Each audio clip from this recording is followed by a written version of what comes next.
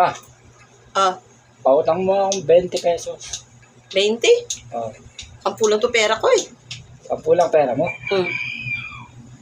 Di, ano na. Di may utang ka pa sa akin 10. Oh, sige. May utang ka pa. Akala ko may utang 10 sa'yo. 10 nga lang pera ko eh. Eh, 20 hiniram ko. Magkano ba hiniram ko? 20. Oh, magkano binigay mo? 10. Eh, di may utang ka pa 10.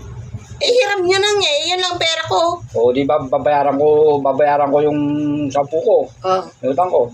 Di may utang ka sa akin ng 10.